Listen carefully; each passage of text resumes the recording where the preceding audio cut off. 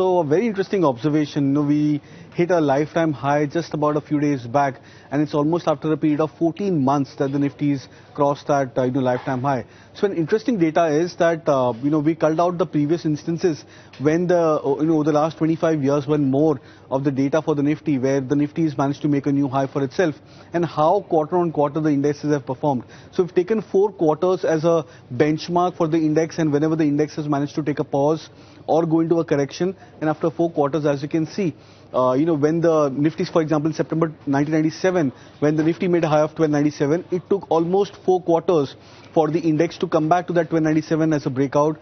September 1999 is where the Nifty has made a new high post that, and in the next 4 quarters, the Nifty climbed almost 40%.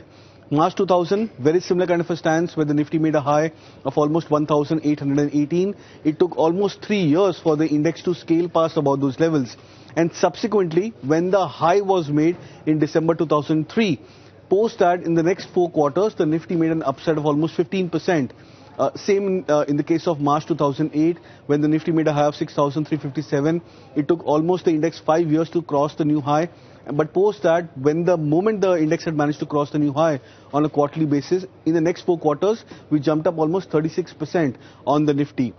Like that, we do a math and we look at the the charts also historically. So, for example, in 97, 99, as you can see that the Nifty's made a high in September 1997. It took almost 2 years and more for the index to come back to the new high. But post that, in the next 4 quarters, we managed to see an upside of almost 40% for the Nifty. Subsequently, in the next years, 2000, 2003, we had a similar kind of a move where the index consolidated in the next chart, which we'll see, where the index consolidated, and then post that we saw almost like a 15% upside from 2003 when the Nifty's come back to break out of the previous lifetime highs. Then we come back to 2008, 2009, that kind of a period where the index had come back to a corrective mode and then post at a new high.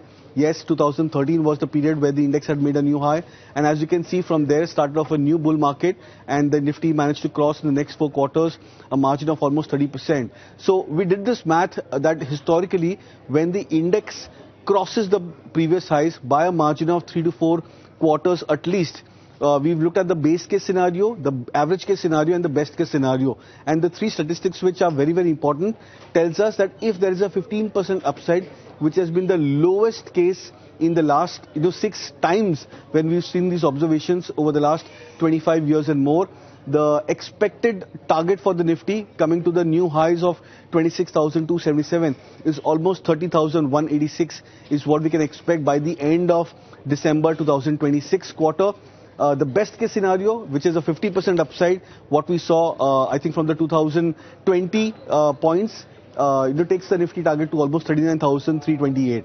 So this is a very interesting observation. This tells you that maybe the path going into 2026 may be a bit, little bit wobbly, but the end to the calendar year 2026 should be on a much more stronger note for the indices, looking at the current market as well as the historical context.